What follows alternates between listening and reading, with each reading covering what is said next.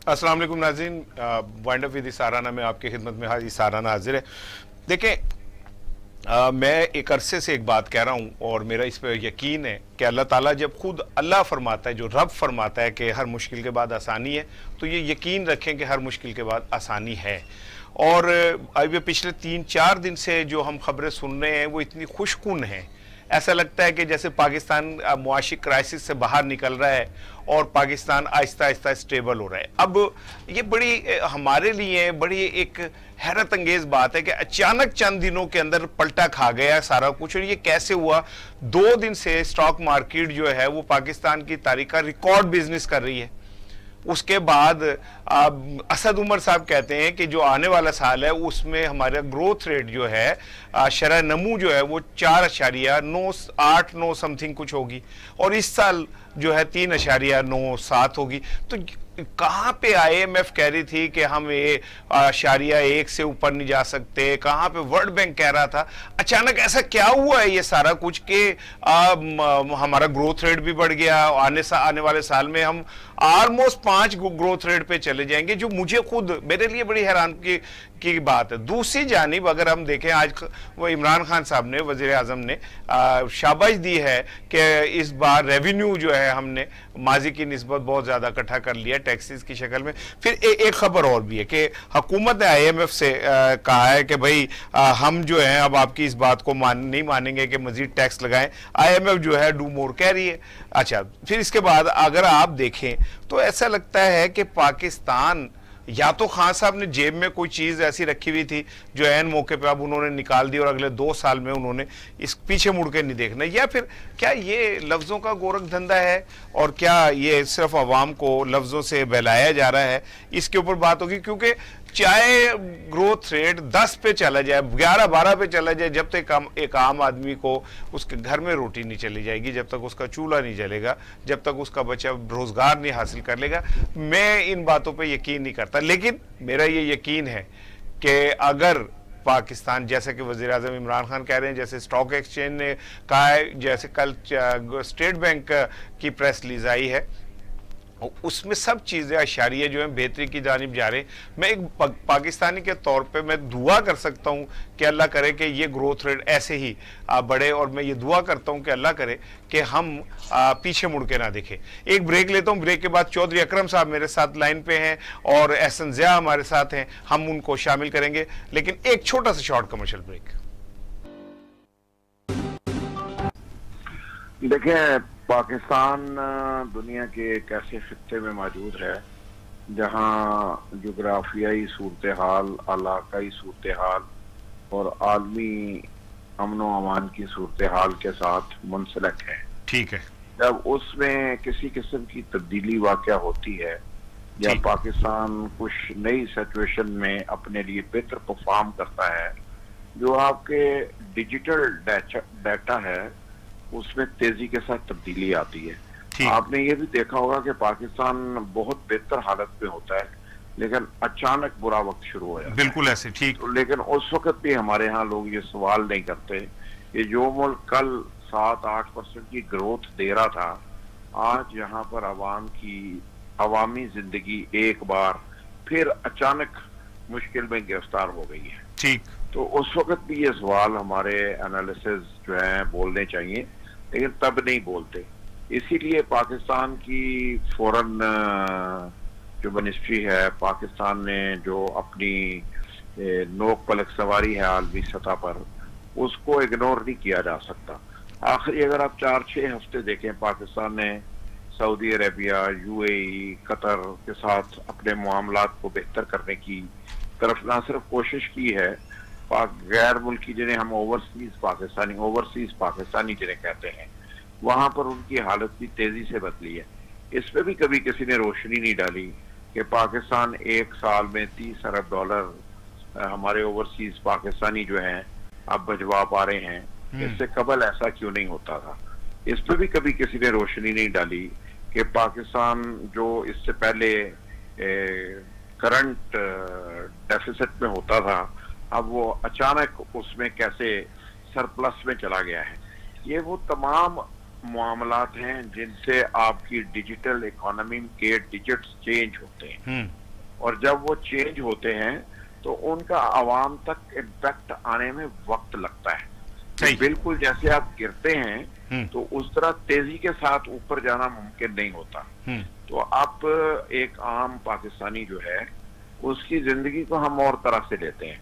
उसकी जिंदगी में बिजली का बिल है, उसकी जिंदगी में सुई गैस का बिल है, बिल्कुल उसकी जिंदगी में पेट्रोल है, उसकी जिंदगी में आटा, दाल, चावल, चीनी और घी है। हमारे यहाँ 80% लोगों के मसाइल यही हैं। और ये जो जिसे मैं माइक्रो इकोनॉमी कहता हूँ, इस माइक्रो इकोनॉमी को इन डिजिटल डाटा से कोई फर्क नहीं पड़ता।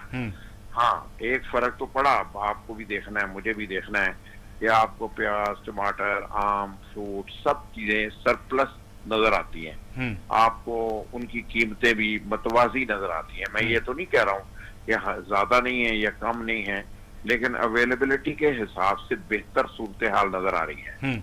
आटा अगर आप सस्ता करते हैं तो आप इन तमाम चीजों को भी इफेक्ट करेंगे। देखिए, पाकिस्तान एक ऐसे मुल्क में रहता है, दुनिया में रहते हैं हम, जहाँ पे हमारे फार्मर ने भी हर चीज खरीद रही है। उसे भी पेट्रोल महंगा मिल रहा है, उसे भी पेस्टिसाइड महंगी मिल रही है, उसे भी खाद महंगी मिल रही है, उसे भी जो जरूरियात जिंदगी के वो स्पेंडिंग है उसकी वो भी महंगी हो रही है। तो यकीनन ये तमाम चीजें भी अवाम तक महंगी पहुंचेंगी। ठीक है, इसका वाहिद हाल था, 1 मिनट राना समझने की कोशिश कर ले हम भी। इसका एक ही तरीका है, और वो तरीका है कि आप लोगों के रोजगार के जराए और उनकी आमदनी को बढ़ाएं। बिल्कुल ठीक। और अगर ये दो चीजें नहीं बढ़ेंगी तो ये महंगाई महसूस होती रहेगी। बिल्कुल ठीक। अगर ये महंगाई को आपने कम या कमजोर करना है या इसका एहसास कम करना है, तो आपको लोगों के जराए आमदन के साथ साथ उनकी आमदन के डाटा को बेहतर करना है। उसके लिए क्या फैक्टर हुकूमत के सामने है? देखें, उसमें पाकिस्तान में इस वक्त बहुत अरसे के बाद अगर आप देखें, नौजवानों को 1 करोड़ रुपए तक का कर्जा दिया जाने का ऐलान किया गया है। बहुत से प्रोजेक्ट हैं, कंस्ट्रक्शन इंडस्ट्री काम कर रही है, रियल एस्टेट की आपकी मंडियां इस वक्त बिल्कुल स्टॉक एक्सचेंज की सूरत इख्तियार कर गई हैं। आपकी स्टॉक एक्सचेंज बेहतर हो गई है, आपकी सीमेंट इंडस्ट्री बेहतर हो गई है, आपकी मोटरसाइकिलें तेजी के साथ बिक रही हैं, लोग मैदान में निकल रहे हैं। इसके साथ साथ चैलेंजेस दरपेश हैं, तो इन दोनों को साथ साथ चलना है। और अवामी सतह पर इसके इम्पैक्ट के लिए भी आपको 1.5 साल इंतजार करना पड़ेगा। ठीक है, मैं नहीं समझता हूँ कि कोई जल्दी मुमकिन है। ठीक। चोई साहब साथ ही रही गए, एहसन ज़िया साहब स्टूडियो में मौजूद हैं। एहसन साहब, आपने चोई साहब की बात सुनी और मुझे यकीन है कि आपका जो मौक़िफ़ है वो थोड़ा सा हटके होगा, लेकिन ये बात तो मानना पड़ेगी कि ना यार मईशत में बेहतरी आ रही है ये, और ये कोई लफ्ज़ों का गोरख धंधा तो है नहीं कि बंदा कर दे, प्रूव हो जाएगा अगर गोरख धंधा हुआ। देखें, ये वाकई मैं तो इसे लफ्ज़ों का गोरख धंधा कहूँगा, ऐसे ही है। ये बड़े रोज़ी किस्म की पिक्चर है। अगर मैं ये जो बातें भी थोड़ी देर पहले मैंने सुनी, ये सुनूँ तो पाकिस्तान जो इकानमी की जन्नत बन चुका है इस वक्त तक ना, और अगले 1-2 साल में तो पता नहीं कहाँ पहुँच चुका होगा। लेकिन आपको यहाँ ये देखना है, फिर वही बात इन्होंने भी की, लेकिन मैं इसे रिपीट करूँगा कि आम आदमी की हालत ज़ार क्या है। उसकी हालत ज़ार देखें, वो बदतरीन जो है महंगाई की चक्की में पिस चुका है। अभी रमज़ान गुजरा, जो कुछ हम यहाँ देख चुके हैं, ना यहाँ चीनी मिल रही थी, ना यहाँ पे आटा मिल रहा था, और जो इशाए खुर्दोनोश की जो कीमतें थी वो आसमान से बातें कर रही थी। इस वक्त ये सूरत हाल थी। और इस वक्त आपको पता है ये बजट आ रहा है, बजट में आप देखिए अगर इतनी अच्छी ग्रोथ थी तो इसमें तो नए टैक्सेस नहीं लगने चाहिए। देखिए, आप देखिएगा कि कान इधर से पकड़ लें या कान उधर से पकड़ लें, अवाम की जेबों पर एक बार फिर डाका डाला जाएगा। और गुज़िश्ता पिछले बजट से लेकर आज तक, इस बजट तक पता नहीं कितने ही मिनी बजट आ चुके हैं, आप भी उसको ऑब्जर्व कर चुके हैं। तो इकोनॉमिक हालत तो बेहतर है कि जब आवाम को उसके समरात मिलेंगे। अच्छा, ये अजीब कहानी है, अच्छा जी इकोनॉमी आज ठीक हो रही है, लेकिन आवाम को इसका फायदा जाके जी वो 1.5-2 साल के बाद मिलेगा। ये मंतक तो मेरी समझ से बाहर है। अगर गवर्नमेंट के पास आ गया इतना पैसा, इतनी ग्रोथ है, उसके पास पैसा आ रहा है, तो उसका रिटर्न आवाम के पास जाना चाहिए। जो इससे जो अहम बात है, उसके अलावा ये है कि आपकी इकोनॉमी अगर इतनी बूस्ट कर रही है तो आपकी इंडस्ट्री कहाँ खड़ी है? आपकी इंडस्ट्री जो है वो अभी वैसे की वैसे वो वहीं पे नीचे खड़ी है। आप इस वक्त सूरत हाल ये है कि चाइना की जो जो माल यहाँ पर आ रहा है उसे आपकी इंडस्ट्री पहले ही बैठी हुई है।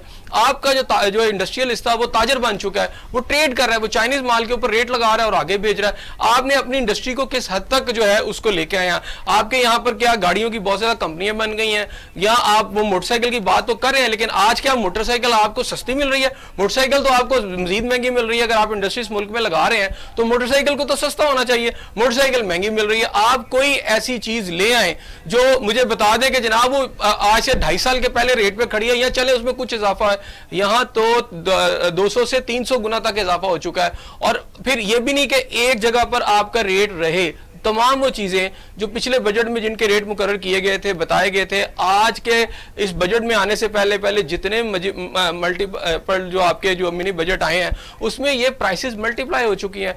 इकोनॉमिक फ्रूट जो हैं आवाम को कब मिलेंगे? ये अजीब सी बात है जी, 1.5-2 साल के बाद मिलेंगे जब ये गवर्नमेंट चली जाएगी। ऐसा बात यह कि वो जो जिस हम डिक्लाइन में चले गए थे उससे निकले हैं, निकलने में टाइम तो जाहिर है लगेगा। जो सब आप नहीं समझते कि 1.5 साल बहुत लेट हो जाएगा और इलेक्शन के करीब? ये 1.5 साल में भी शायद ना हो पाए। मैं ऐसा के सवालों का जवाब वैसे दे देता हूँ। मैं चूंकि कुछ गवर्नमेंट का रिप्रेजेंटेटिव तो नहीं हूँ, लेकिन मैं जितना इकोनॉमी का स्टूडेंट हूँ मैं उसको उस तरह एलेबरेट करने की जी। अगर पाकिस्तान आज 110 बिलियन डॉलर का मकरूज है, 110 बिलियन का मकरूज है, आपके जब तक रिजर्व 110 बिलियन डॉलर के करीब नहीं होते तो आपकी इकोनॉमी की स्ट्रेंथ तो वैसे ही आपको अंडरस्टैंड कर लेनी चाहिए। बिल्कुल ठीक। तो कोई अवाम किसी को नहीं होना चाहिए कि हुकूमत अवाम को देने के लिए कब पैसे निकाल सकती है। वो तब निकाल सकती है जब आपकी लायबिलिटीज कम हो जाए। आपकी लायबिलिटीज कैसे कम हो सकती हैं? बिजली आप सब्सिडी मांगते हैं, गैस आप सब्सिडी मांगते हैं, आटा आप सब्सिडी मांगते हैं, तेल आप सब्सिडी मांगते हैं, कुकिंग ऑयल आप सब्सिडी मांगते हैं, चीनी आप सब्सिडी मांगते हैं। इसके अलावा आप जरूरियात जिंदगी की हर चीज सब्सिडी मांगते हैं। बिल्कुल। और उसके बाद अगर जब आप साल का रेवेन्यू देखते हैं, दुनिया में 2 टैक्स के निजाम नहीं चलते, एक ही चलता है। या लोग इनडायरेक्ट टैक्सेशन पे बिलीव करते हैं या डायरेक्ट टैक्सेशन पे बिलीव करते हैं। हमारी बदकिस्मती है हम दोनों निजामों में से आज तक ये फैसला नहीं कर पाए, क्योंकि अवाम डायरेक्ट टैक्सेशन के निजाम को कबूल नहीं करती, वो उसके मुताबिक चलने के लिए तैयार नहीं है। मैं तो ऐलान इक़्तिदार को बहुत बार कह चुका हूँ ये बात कि जैसे अब ये शुगर माफिया का क्राइसिस है, अगर आप शुगर की पूरी प्रोडक्शन को और केन की जो आपकी क्रॉप है उसको अंडरस्टैंड करने के बाद इस शुगर इंडस्ट्री पे एक फिक्स टैक्स लागू करते हैं इन 84 मिलों पे, तो वो आपको 100% आएगा। अब ये अच्छा कहें या बुरा कहें, नवाज शरीफ, जरदारी या माजी के तमाम हुक्मरान पूरी शुगर इंडस्ट्री से 6 अरब रुपया सालाना वसूल करते थे। ठीक। GST की मद में। ठीक। तो आज ये अभी तक 29 बिलियन से ज्यादा हो गया है। अच्छा। तो लेकिन ये इम्पैक्ट इमीडिएटली तो नहीं आएगा। इसी तरह आप आटे की बात करते हैं तो आप अपने फार्मर की हालत को भी जरा देखें कि आज कितनी बेहतर हुई है। और क्या वो पाकिस्तान का 68% नहीं है? क्या हम ये अर्बन के जो लोग हैं जो बिजली का जरा जिया करते हैं या जो पेट्रोल ज्यादा इस्तेमाल करते हैं या मुलाजिम पेशा अफराद हैं, क्या ये पाकिस्तान सिर्फ उन 32% लोगों के लिए बना है? ऐसा नहीं है, उन 68% लोगों का भी हक है। ठीक है। दूसरी बात यह है कि पाकिस्तान एग्रो इकोनॉमी कंट्री बनना चाहिए। हमें अपनी जो चीजें बेहतर नजर आती हैं उन पर बेहतर काम करने की जरूरत है। तो उससे यकीनन अर्बनाइजेशन जो है मुतासर होगी। अर्बनाइज जो लोग हैं उनकी जिंदगियां थोड़ी मुश्किल में आएंगी। अगर आप लाहौर से बाहर निकल जाएं 18-20 किलोमीटर और GT रोड की सराउंडिंग में देखें तो आपको लोगों के ये मसाइल नजर नहीं आते जो हमारे हैं। और हमें इन सब चीजों को समझते हुए आगे बढ़ना है। और हुकूमत से आप अगर तवक्को रखेंगे ये 2 साल में, अगर ये आज उनके पास स्टेट बैंक के पास 16 बिलियन डॉलर है, इनमें से 4 या 5 या 6 बिलियन डॉलर उनमें से कम करके अवाम को मुख्तलिफ चीजों की सब्सिडी दे दे, तो फिर आप अंदाजा लगा सकते हैं कि आइंदा 1 साल बाद आपको फॉरेन रिजर्व्स में क्या सिचुएशन का सामना करना पड़ेगा। तो थोड़े से पेशेंस की जरूरत है। दोनों पॉइंट ऑफ व्यू मैं तो इस पे कायम हूँ कि आपका डिजिट जो मर्जी का है, अगर 22 करोड़ लोगों की जिंदगी में आसूदगी नजर नहीं आती, बिल्कुल, उन्हें तालीम नहीं मिलती, उन्हें हेल्थ की फैसिलिटीज नहीं मिलती, उन्हें 2 वक्त के खाने की सहूलत नहीं मिलती, तो हम उसको नाकाम इकोनॉमी इंडिकेटर ही कहेंगे। ठीक ठीक। लेकिन हमारे यहाँ रियासत कमजोर है और एक मखसूस तबका बहुत मजबूत है, और वो तबका है जिसके पास पाकिस्तान की 60 या 70% दौलत आज की दिन में भी मौजूद है। ठीक है। पूरे 22 करोड़ लोगों के पास उनका 10% हिस्सा भी नहीं है। ठीक है। तो आप ना हुकूमत की नाकामी कह सकते हैं आज की, ना हुकूमत को इस पर काम करने का मौका दिया जा सकता है, ना लोग देंगे, क्योंकि वो सेगमेंट ऑफ सोसाइटी आज पाकिस्तान के इक्तदार पर, पाकिस्तान के अदारों पर और पाकिस्तान के रिसोर्सेज पर बिल्कुल ऑक्टोपस के पंजों की तरह फैलाव रखता है, और उसके लिए जिद्दोजहद की जरूरत है। वो 22 करोड़ लोगों को करनी है, एक इमरान खान नहीं कर सकता। ठीक है, चलिए सब साथ ही रहेगा।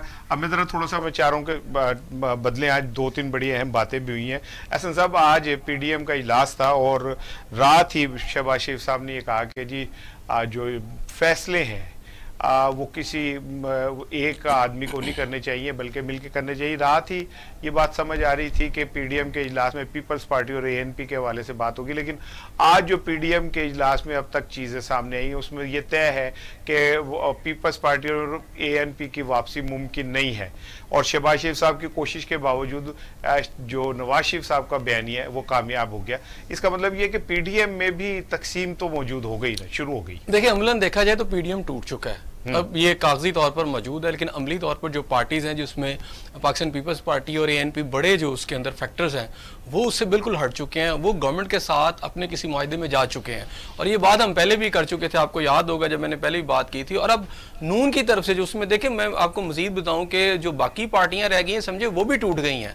उसमें नून लीग सबसे बड़ी जो इस वक्त शहबाज शरीफ का स्टांस आया है सामने, वो बिल्कुल क्लियर कट है। वो इस वक्त एस्टेब्लिशमेंट की लाइन टो कर रहे हैं, और बार बार जो उनका ये कहना है कि जनाब मुझे बाहर जाने दें और मैं नवाज शरीफ साहब को मना लूंगा, तो किसके लिए वो मनाएंगे, वो किसको मनाने जा रहे हैं और किस लिए मनाने जा रहे हैं। लेकिन सवाल ये कि अगर एस्टेब्लिशमेंट के साथ उनकी लाइन सीधी हो गई है तो फिर बाहर क्यों नहीं जा सके उसका? हाँ बिल्कुल ठीक है, आपका बड़ा अच्छा सवाल है। उसमें हुआ यह है कि एस्टेब्लिशमेंट की तो लाइन बिल्कुल सीधी थी, गवर्नमेंट की लाइन सीधी नहीं है। गवर्नमेंट को बहुत सारी चीजें और नजर आ रही हैं। जहांगीर तरीन साहब का एक्टिव होना, शहबाज शरीफ साहब का एक्टिव होना, बहुत सारी और चीजें भी चल रही हैं। और उसमें ये नहीं है कि हुकूमत और एस्टेब्लिशमेंट एक पेज पे नहीं है, वो एक पेज पे नहीं है, लेकिन वो कहते हैं ना कि जी ना आप खा सकते हैं ना निगल सकते हैं। वो स्टेज पे दोनों खड़े हैं इस वक्त, और शहबाज शरीफ साहब जो अपनी उसमें एक अंदर एक नई गेम कर रहे हैं जिसके अंदर वो बड़ी वाज़िया तौर पर कह के नवाज शरीफ को मैं मना लूंगा।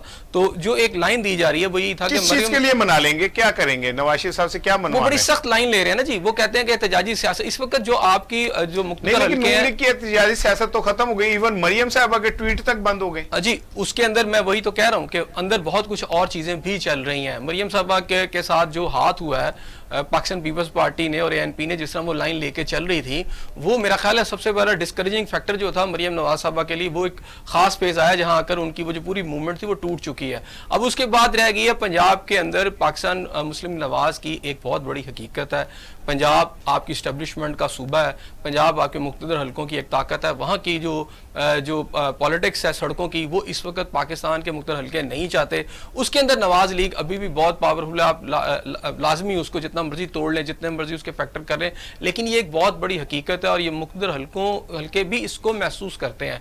अभी यहाँ पर सूरत हाल ये आप थोड़ी देर के लिए देख लें कि इस वक्त जहांगीर तरीन साहब वाला जो इशू चल रहा है, इस वक्त जो नज़ीर चौहान साहब के ऊपर FIR शहजाद अकबर साहब ने करवा दी है, तो खुद मैं थोड़ी देर पहले आया तो मेरा उनसे राब्ता हुआ ये जहांगीर तरीन ग्रुप के साथ, तो वो उसके ऊपर बड़े सीख पाए, वो अनाइड है। और मुझे लगता है कि वो जो मामलात हैं उन्हें जा रहे थे, कहा जा रहा था कि जी इमरान खान साहब के साथ शायद इनकी कोई मुलाकातें हो चुकी हैं और कुछ हालात ठीक हो गए हैं। अब तो सिचुएशन इस तरफ जा रही है कि जहांगीर तरीन के जो लोग हैं वो इस बात को महसूस कर रहे हैं कि कहीं उनको गिरफ्तार ना करवा दिया जाए या उनके बेटे को जेल ना भिजवा दिया जाए। तो इस तरह की सूरत हाल में वो भी पूरी तरह अपने मसल जो है वो उसके फ्लेक्स कर रहे हैं, पूरी तरह वो तैयार है कि जी हम इसको अब जो काउंटर करेंगे। अगर पंजाब के अंदर ये सूरत हाल बरकरार रहती है और शहबाज शरीफ साहब की मूवमेंट भी कामयाब होती है और वो मान लिए जाते हैं, तो डेफिनेटली गवर्नमेंट के लिए हालात जो हैं वो इतने अच्छे नहीं है जितने नजर आ रहे हैं। खुद बुजदार गवर्नमेंट साहब के लिए भी आइंदा दिनों में आपको मुश्किलात नजर आएंगी। ठीक ठीक। चलिए साहब, आप समझते हैं कि जहांगीर तरीन इस पोजीशन में हैं कि वो इमरान खान को चैलेंज कर सकें, और आप समझते हैं कि पीटीएम जो है वो ऑलमोस्ट खत्म हो चुकी है और वो सिर्फ अब मुस्लिम लीग नून और मौलाना फजलुर रहमान साहब का वो रह गया? और तीसरी बात ये कि क्या आप ये समझते हैं कि हुकूमत और इस्टेब्लिशमेंट एक पेज पे नहीं है? इस्टेब्लिशमेंट ने शहबाज शरीफ को निकाला और हुकूमत ने जाने से रोक दिया। देखिए, मैं पीडीएम में दो सियासी हकीकतें थी, एक पीपल्स पार्टी और एक पीएमएल। मेरे नजदीक मौलाना फजलुर रहमान और पाकिस्तान की कौमी सियासत में कोई किरदार नहीं है। अच्छा। वो दो सूबों में छोटी छोटी पॉकेट्स रखते हैं और उस तरह की पॉकेट्स मुल्क भर में 20 सियासी जमातें रखती हैं। तो दो सियासी कुव्वतों में से एक कुव्वत ने आज से चंद हफ्ते कबल या चंद महीने कबल अपने आप को पीडीएम से अलहदा कर लिया। तो लिहाजा अब पीडीएम में वही लोग शामिल हैं जो मोहतरम नवाज शरीफ के बयानिए के साथ हैं। ठीक। मियां शहबाज शरीफ साहब का बयानिया ना आज वो है, ना कल था, ना कल होगा। ठीक। वो हमेशा से इस हकीकत को तस्लीम करते हैं कि मुल्क में हुकूमत करने के लिए मुल्क के तमाम अदारों को साथ लेके चलना जरूरी है। ठीक। हमारी बड़ी बदकिस्मती है कि हमें ये सलाहियत मौजूद नहीं है कि हम मुल्क के तमाम अदारों को उनका किरदार सौंपने के लिए खुद तैयार नहीं होते। अगर फिर कहीं से कोई हमारे हकूक के ऊपर हाथ डल जाता है तो हम तमाम तरह इल्जामात दूसरे अदारों को देना शुरू कर देते हैं। हालांकि हकीकत यह है कि ये हमारी अपनी नाकामी है। हमारे सियासी पॉलिटिकल लीडरशिप का जो विजन है वो इसका अहल ही आज तक साबित नहीं कर सका कि मुल्क के अदारों के इख्तियारात क्या हैं, हमें उन्हें उन तक कैसे महदूद रखना है और हमें उन्हें कैसे इज्जत और एहतराम देना है। ये बात जब हम रियासती अदारों की करते हैं ना, तो मैं इसे रियासती अदारे से आगे निकल के बात करता हूँ। हमने जिन अदारों को भी पोलिटिसाइज किया, उनमें आप पीआईए को देख लें, रेलवे को देख लें, स्टील बिल को देख लें, वापदा को देख लें, आपने जो हशर इन अदारों के साथ किए हैं, यानी ये वो अदारे थे जिनके पास जरा ताकत दूसरी तरह की थी। इन पर आपने अपना कंट्रोल कायम करने के लिए उनका बेड़ा गर्क कर दिया। लेकिन अगर कोई अदारा अपने डिसिप्लिन में कायम है और अपने डिसिप्लिन में आपको मदाखलत नहीं करने देता, तो फिर आप कहते हैं कि जी अदारे या एक पेज पे नहीं है या अदारों ने ओवरडूइंग कर दी है।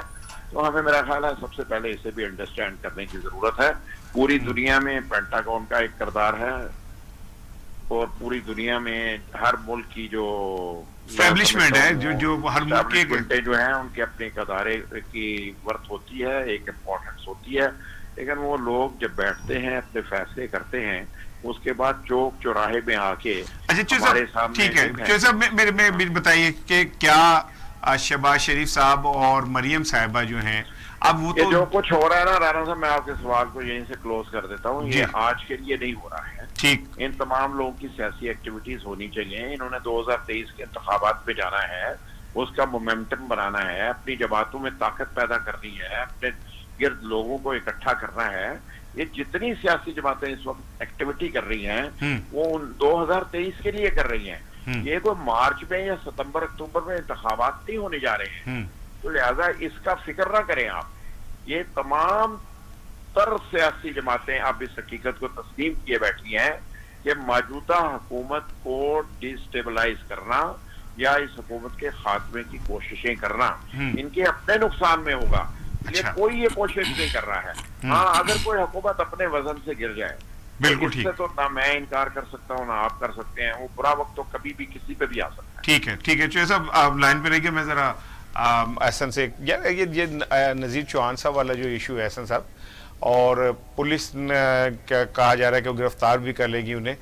बिल्कुल मैं समझता हूँ कि इस पे बिल्कुल क्लियरली कुछ जो भी सूरत हाल है कानून के मुताबिक होनी चाहिए। लेकिन मेरा एक सवाल है कि क्या सियासत में हमें मजहब को इस तरह एक्सप्लॉइट करना चाहिए और हमें बैठ के किसी को भी कह देना चाहिए ये मुसलमान नहीं है या ये यूं है या ये यूं है? क्या सियासत में कुछ थोड़ा सा गुंजाइश है इस तरह की कि आप लोगों के मजहब के ऊपर बराह रास्त खुद ही ऐलान करते फिरें, या होनी चाहिए? होना तो नहीं चाहिए। आप बिल्कुल ठीक कह रहे हैं कि मजहब जो है इसके ऊपर होना नहीं चाहिए। लेकिन इस गवर्नमेंट के साथ एक इशू है, इस गवर्नमेंट के साथ एक इशू ये है कि इसके बारे में अपोजिशन और एक राय रखी जाती है, और एक ये राय और ख़ास सर्टन सतह पे है कि ये शायद इजराइल नवाज है, और इसके कुछ कहते हैं ना कि एक्शन स्पीक्स, इसके जो माजी के कुछ एक्शंस हैं जिसके अंदर आप किसी को इल्ज़ाम तो नहीं देना चाहिए मज़हब किसका क्या है, लेकिन कुछ ऐसे लोगों को लाने की कोशिश की गई हुकूमत की अहम जो है जॉब्स के ऊपर, और उनको ऐसे काम लेने की कोशिश की गई जिसकी वजह से पाकिस्तान का एक बहुत बड़ा अवामी जो तबका था। एक सवाल मैं आपसे पूछता हूँ कि जिन लोगों को किया गया, क्या वो पाकिस्तानी हैं या वो बाहर से आए हैं?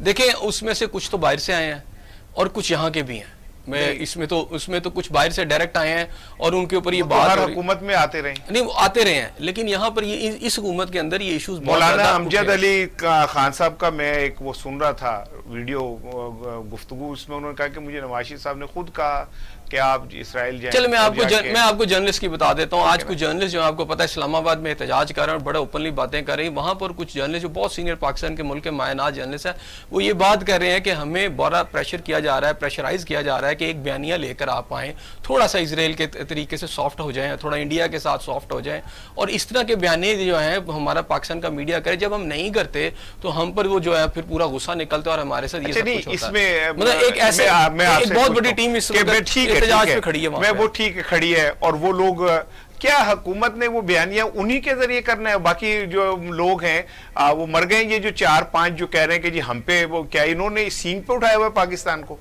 जो यही कहेंगे तो वही सब वो माना जाएगा, बाकी कोई मीडिया के लोग नहीं है। नहीं, मैं उनकी बात नहीं कर। देखिए, ये बात आपकी ठीक है कि हमारी अपनी भी थोड़ी सी होता है ना कि बाज़ का तो इस्लामाबाद के साफ़ी हम नहीं मानते, वो हमें नहीं मानते, किसी वक्त इस तरह भी होता है। लेकिन जनरल राय जो होती है, जब एक बयानिया तैयार करने की कोशिश की जाती है, अभी जो साहब ने एक बात की, लेकिन मैं उसको थोड़ा सा मैं चाहता हूँ कि उसके ऊपर बात करूँ। उन्होंने कहा जी कि दुनिया के अंदर इस्टेब्लिशमेंटें चलाती है, अमेरिका जो है वहाँ पेंटागन भी चलती है, CIA भी चलती है, लेकिन ना पेंटागन ने ना CIA ने उस मुल्क के इक़्तिदार पे कब्जा नहीं किया। पाकिस्तान के अंदर जब 30-32 साल यहाँ अमरीत रहेगी, सिविल गवर्नमेंट्स के ऊपर ऐसा किया जाएगा तो सिविल गवर्नमेंट कहते हैं ना वो दूध का जला छाग भी फूंक फूंक के पीता। और फिर यह है कि जब ये बाहर भी रहें और तब भी अपने इन्फ्लुएंस को रखें और अपनी लिमिट से बाहर चलते चले जाएँ, तो फिर डेफिनेटली पाकिस्तान के अंदर एक डेमो। मैं अभी एक रिटायर्ड जनरल का बयान जिसपे बड़े लोग सीख पा रहे हैं, उन्होंने कहा है कि बांग्लादेश के हवाले से उन्होंने अच्छा फैसला कर लिया था जब उन्होंने देखा कि इतना ज़्यादा जो है इन्वॉल्वमेंट है। तो पाकिस्तान के अंदर यहाँ तो इदारे अपने अपने आईनी हदूद पे रह के काम करते होते तो फिर तो कोई इशू नहीं था, लेकिन पाकिस्तान के अंदर एक इदारा जो है अच्छी बात है, डिसिप्लिन में उसे डिसिप्लिन में रहना चाहिए, उसके हवाले से कोई बात नहीं होनी चाहिए। लेकिन आमरीत जब आएगी, जब लोग अपनी हदूद से बाहर निकलेंगे तो फिर बातें भी होंगी। पाकिस्तान में आप किसी को मुकद्दस गाय कह के, मेरा सवाल फिर वापस वहीं आता है, फिर मैंने चोई साहब की तरफ जाना है कि क्या सियासत में जिम्मेदार लोगों को बैठ के दूसरों के मजहब के हवाले से सर्टिफिकेट मैं आप बिल्कुल ठीक कह रहे हैं, नहीं होना चाहिए, ये बहुत गलत स्टेप है। लेकिन मुझे ये बताएं कि जो इल्जाम दे रहा है और जिस पर इल्जाम लगाया जा रहा है, क्या वो हुकूमत और अपोजिशन है? नहीं, वो एक ही जमात के लोग हैं। ये तो गवर्नमेंट बताए ना, मुझे तो बताएं, ये गवर्नमेंट बताए ना। क्या समझते हैं कि क्या सियासत में हमें इस हद तक जाना चाहिए कि हम लोगों के जो ईमान है उन्हें चैलेंज करने लग जाएं बैठ के? सियासत में तो मेरे ख्याल सियासत होनी चाहिए। सियासतदान दूसरी खिड़की में झांकना छोड़ देंगे ना जी, तो फिर अपने घर को देख सकेंगे, पहली बात। दूसरी बात यह, मजहब के हवाले से मेरा तो असूल ये है कि अपने मजहब पर कायम रहो और किसी के मजहब पर तनकीद आपका हक को कोई हक नहीं है, किसी को भी हक नहीं है, हमें इस पर कायम रहना चाहिए। और हाँ, आपको किसी शख्सियत के जाती किरदार पर रोशनी डालने के बजाय जो जिम्मेदारी उसे नेशनल सतह पे सौंपी गई है उसके हवाले से आपको गुफ्तगू करनी चाहिए। नज़ीर चौहान साहब के बारे में भी ज़ाती तौर पे बहुत कुछ कहा जा सकता है, मैं समझता हूँ कि ऐसा नहीं होना चाहिए। और जो पर्चा FIR दर्ज की गई है उस पर, अब अगर वो लॉ के मुताबिक डील होती है तो दुरुस्त है, अगर उसके अलावा उसे पेनलाइज करने के लिए इसको ट्रीट करते हैं तो वो ज्यादती होगी। तो लेकिन हम क्या अपने असूल ज़वाबत पर सब कायम है? नहीं, हम सभी कायम नहीं रहते हैं। अच्छा साहब, यहाँ पे मैं आपसे फिर एक चीज और, अभी एहसन ने जरा थोड़ा क्लियरली नहीं कहा कि इस्लामाबाद में कुछ सहाफी खड़े हैं और वो ये कह रहे हैं, और वो हामिद मीर और ये 2 दिन पहले जो वाकया हुआ जिसमें, मैं इस पर अगर मुझे इजाजत दे दे मैं ना बात को कंप्लीट कर देता हूँ, हालांकि मुश्किल बात है जी। जितने हमारे सहाफी इस्लामाबाद की सड़कों नहीं, इसमें सुन ले मेरा सवाल, या आप मेरा सवाल भी सुन ले ना। मेरा सवाल ये है कि एहसन साहब का ये कहना है कि उनका ये कहना है कि जी हमसे कहा जा रहा है कि इसराइल को मनवाने के लिए, मैं वही बात कर रहा हूँ, मैं वही बात करने जा रहा था। हाँ। ये एक ब्रीफिंग के ऊपर ये गुफ्तगू फरमा रहे हैं, ये जितने भी हजरात हैं, और इन सब के लिए बायसे शर्म है कि अगर हम 4 लोग या 10 लोग या 20 लोग बैठ के नेशनल इश्यूज पर गुफ्तगू करते हैं और उसके बाद हम उसे चौराहों पर लेके आते हैं, इसीलिए हम आज नाकाम हैं। आप वो गुफ्तगू जो अमानत है उसे अमानत रखना चाहिए। सिर्फ इसमें एक बात, घर में घुस के नहीं मारना चाहिए। जब आप घर में घुस के मारेंगे और कहेंगे घर में घुस के मारा है और कलमकार को मारेंगे तो फिर बातें तो भाईजान, अगर मेरी बात सुन लेंगे, अगर अब आप असद साहब, जी जी, जो कुछ असद तूर ने किया उसको आप जस्टिफाई कहते हैं? क्या किया उन्होंने? आप जरा उनके आखिरी 3 व्लॉग्स को स्टडी कीजिए। क्या वो उनका किरदार है? क्या उनका जाती इशू है? क्या एक सहाफी की ये जिम्मेदारी बनती है कि वो एहसन ज़िया के बारे में डिस्कस करे? क्या वो एक सहाफी की ये जिम्मेदारी बनती है कि वो जब कुछ मामलात में सजा याफ्ता होने के करीब हो तो उसे जाती मामलात को, तो इसका मतलब ये है कि यहाँ साहब इसमें पाकिस्तान में लॉज मौजूद है, अगर आपको किसी साफी से कोई तकलीफ है, ये लॉ सिर्फ पाकिस्तान के अदारों को इम्प्लीमेंट नहीं, लेकिन इसका ये मतलब नहीं आप घर में एक मिनट, ये तो हम ऐसा कर रहे हैं कि जैसे हमने तस्लीम कर लिया कि ये किसी इदारे ने किया है। ये भी तो अभी कोई मतलब किस तरह साबित हो सकता है? भाई मेरे इस तरह तो है ही नहीं। वो तो उसके जाती इश्यूज हैं। यही तो मैं कह रहा हूँ कि वीलॉग्स पढ़े सुने, वो पर्सनलाइज हैं। वो जैसे हामिद मीर से किसी ने पूछा एक बड़ी ब्रीफिंग में कि आप नाम बताना पसंद करेंगे कि आप पर कराची में हमला किसने किया था, तो फिर अगर एहसन साहब उसका जवाब दे दें या आप लोग नहीं, उसका नतीजा ये हुआ था ना कि हामिद मीर साहब की आदत के लिए चले गए थे नवाज शरीफ साहब, यार मैं और फिर एक और बड़े चले गए थे कहीं और, पुरानी बात, और फिर गवर्नमेंट चली गई थी जो गए थे हामिद मीर साहब की आदत के लिए। उन्हें हामिद मीर को पता है।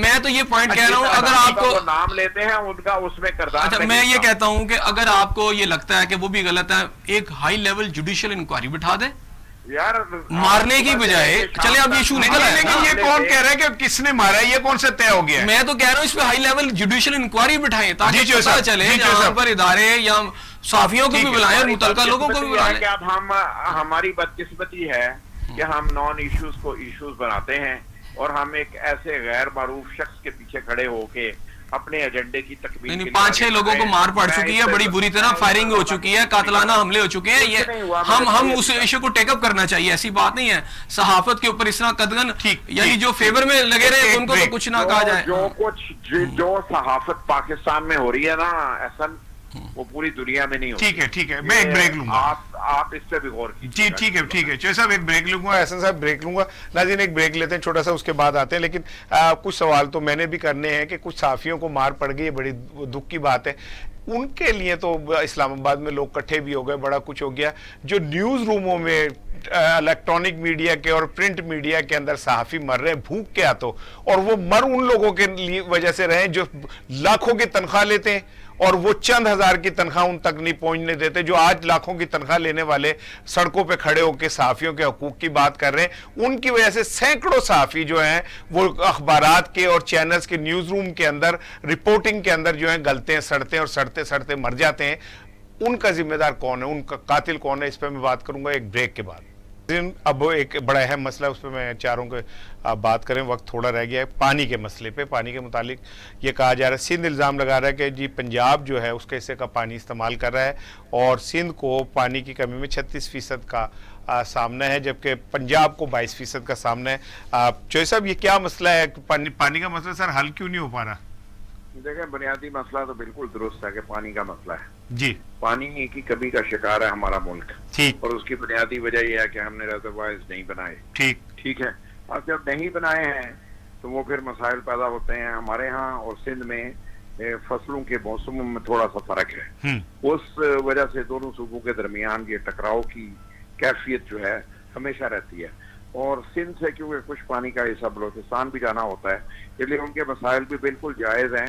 और मैं समझता हम चारों भाइयों को बैठ के उन्हें हल करने की कोशिश करनी चाहिए, और अगर हम किसी बात पे इत्तफाक कर सकें तो तभी बेहतरी है, वरना ये सियासी पॉइंट स्कोरिंग के अलावा इसकी कोई अहमियत नहीं रह जाएगी। सर ये बताएं, ये हल करके आगे बढ़ने की सर ये बताएं कि ये इरसा किस काम के लिए, अगर ये डिस्प्यूट हल नहीं कर सकती, इतने बड़े बड़े अफसर हैं, इतने बड़े बिल्कुल ये वैसा ही है राणा साहब, जैसे मैं और ऐसा नहीं मान सकते कि असद तूर का कसूर क्या है, इसी तरह तो सिंध और पंजाब नहीं मान सकते कि किसको पानी की जरूरत है। किसी एक को तो रेफरी बनना पड़ेगा ना सर। नहीं, हम तो रेफरी को ही नहीं मानते हैं।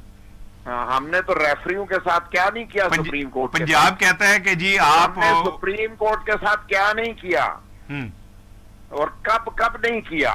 हम तो उस जज को मानते हैं जो हमारी मर्जी का फैसला देता है। ठीक है, नहीं हम उस मुकदमे को ही नहीं मानते हैं जो हमारे खिलाफ हो जाए। बिल्कुल ठीक। ये मामला तो सिंध का भी है, पंजाब का भी है, मेरा भी है। सर मैं आपको एक बात बताऊं कि जो मैंने थोड़ा सा इसे स्टडी किया है, उसमें ये है कि जो पानी चारों सूबों को मिलता है वो अपनी जगह पे, एक पानी मिलता है इस बात का कि ये पानी इस्तेमाल में जाया हो गया। अब पानी आया, वो कहीं निकल गया, वो धूप पड़ी, वो भाप बन के। सिंध का क्लेम है कि उसे 39% पानी इजाफी मिलना चाहिए, जबकि पंजाब जो उससे डबल है, और पंजाब की जो 2 करोड़ एकड़ से ज्यादा जमीन है जहां पे पानी की जरूरत है, उसे 22% मिलता है, जबकि उनकी 1 करोड़ की जो एकड़ की जमीन है वो 39% ज्यादा मांगते हैं। पंजाब का ये कहना है कि जी आप सब जगह पे मीटर लगा लें, पता चल जाएगा पानी कहाँ जा रहा है, जाया हो रहा है या नहीं हो रहा। ये सिंध मानता नहीं है। तो सर ये तो फिर सियासी गेम हो गई ना। तो भैया मैं तो ऑलरेडी कह रहा हूँ ये सियासी पॉइंट स्कोरिंग का खेल है। सिंध को अपना पता है कि वो कहाँ गलत है। वो तो कराची को पानी नहीं दे पा रहे हैं बेचारे, और पंजाब वाले जो हैं इनको जो पानी चाहिए बेसिकली वो एग्रीकल्चर के लिए चाहिए होता है, और पाकिस्तान का बहुत सारा लोड जो है एग्रीकल्चर का वो पंजाब उठाता है। ठीक है। हमें जब गंदम का मसला होता है, जब हमें चीनी का मसला होता है पूरे पाकिस्तान से, तो वो उसको पंजाब ही एड्रेस करता है, और पंजाब ही है जो तीनों सूबों के लिए इस एफर्ट को लेके चलता है। तो मेरा ख्याल है पंजाब अगर गुजारा कर सकता है तो इन्हें अब भी बड़े भाई का किरदार अदा करना चाहिए। लेकिन ये तभी मुमकिन है अगर जब आप बैठते हैं वहां पे, तो वहां पे बैठ के इन मामलात को हल कर सके। अगर आपने चौक पे आकर डिस्कशन कर रही है तो फिर तो पंजाब भी बोलेगा, वो भी बोल रहे हैं जी, बिल्कुल लड़ाई होती रहेगी। बिल्कुल ठीक है। ऐसा मैंने जो फार्मूला भी आपको सुनाया कि 39% पंजाब मांगता है, वो सिंध मांगता है पानी, उनकी कुल एकड़ जो जमीन का कल्टीवेशन का जो है ना वो 1 करोड़ से समथिंग कुछ है। अब पंजाब में 2 करोड़ एकड़ से ज्यादा जमीन है जिसे जरूरत होती है पानी की। और फिर एक चीज और मैं आपको बता दूं कि इस टाइम खरीफ की फसल सर पे है पंजाब के, और उसे पानी की जरूरत है। तो हमें थोड़ा सा दिल बड़ा कर लेना चाहिए, बजाय ये कि हम सिर्फ पॉइंट स्कोरिंग की वजह से लड़ाइयां करें। क्या ख्याल है? देखिए इसके ऊपर इशू ये आज तक तो नहीं है, बहुत पुराना है, और इसके ऊपर आपको पता है हर साल ये इशू रहता है। जो सक्सेसिव गवर्नमेंट्स आई और उसके अंदर यही सिंध और पंजाब और ये पानी का इशू रहता है। असल मसला ये है कि इस मसले का हल है कालाबाग डैम, जिसको आपने वैसे ही शेल्व कर दिया, जो कि इंतहाई इंपॉर्टेंट था, जिस पर बहुत बातें की गई, इसको बनाया जाएगा, इसे किया जाएगा। आपका हर साल 2 लाख क्यूसिक वाटर जो है वो बिल्कुल वेस्ट हो जाता है, समंदर में चला जाता है। हालांकि उससे बहुत कम पानी चाहिए आपको इस फसलों के लिए जिसका आप जिक्र कर रहे हैं, आपको सिंध को चाहिए, लेकिन 2 लाख क्यूसिक को पानी को बचाने के लिए यहाँ बड़ी बातें की। मुशर्रफ दौर से मैं अब तक सुन रहा हूँ बहुत सारे रिजर्वायर बन रहे हैं, छोटे डैम बन रहे हैं, ये हो रहा है वो हो रहा है, लेकिन ये जो वाटर है इसका ज़ाया होना अभी तक वेस्टेज चला जा रहा है। इसका हल है कालाबाग डैम, आपको वापस आना पड़ेगा, इसके ऊपर आके करना चाहिए, वरना ये इशू जो है रिजॉल्व नहीं होगा। आपकी बात ठीक है कि पंजाब थोड़ा सा दिल बड़ा करके कोई थोड़ा सा वाटर उनको दे भी दे, लेकिन पंजाब के अंदर खुद अपने यहाँ प्रॉब्लम्स क्रिएट हो जाएंगी। आपको पता है कि वो एक उनको भी नजर आ रहा है कि पंजाब जो है आपका इस वक्त फूड पैदा करने वाली एक सबसे बड़ी बुके है, आपकी फूड बकेट है ये असल में। और अगर यहाँ डिस्टर्बेंस आती है, यहाँ फर्ज किया फसलें ठीक नहीं होती, तो पूरे मुल्क को इसको सफर करना पड़ेगा इस वक्त जो सिचुएशन है। बहुत शुक्रिया एहसन ज़िया साहब, बहुत शुक्रिया चौधरी अकरम साहब। नाज़रीन आज के प्रोग्राम का वक्त खत्म होता है, और जाते जाते बस मैं इतना ही कहूँगा कि आखिर वो कब वक्त आएगा जब हम अपने सियासी अंदर की जो मैल है और सियासी नफरत है उससे बाहर निकल के मुल्क की सतह के ऊपर सोचेंगे। अब मजाक बन रहा है कि जी पानी के ऊपर सूबे लड़ रहे हैं, और इससे ज़्यादा मजाक इस बात का बन रहा है कि ये एक ऐसी कौम है जितना ये इस्तेमाल कर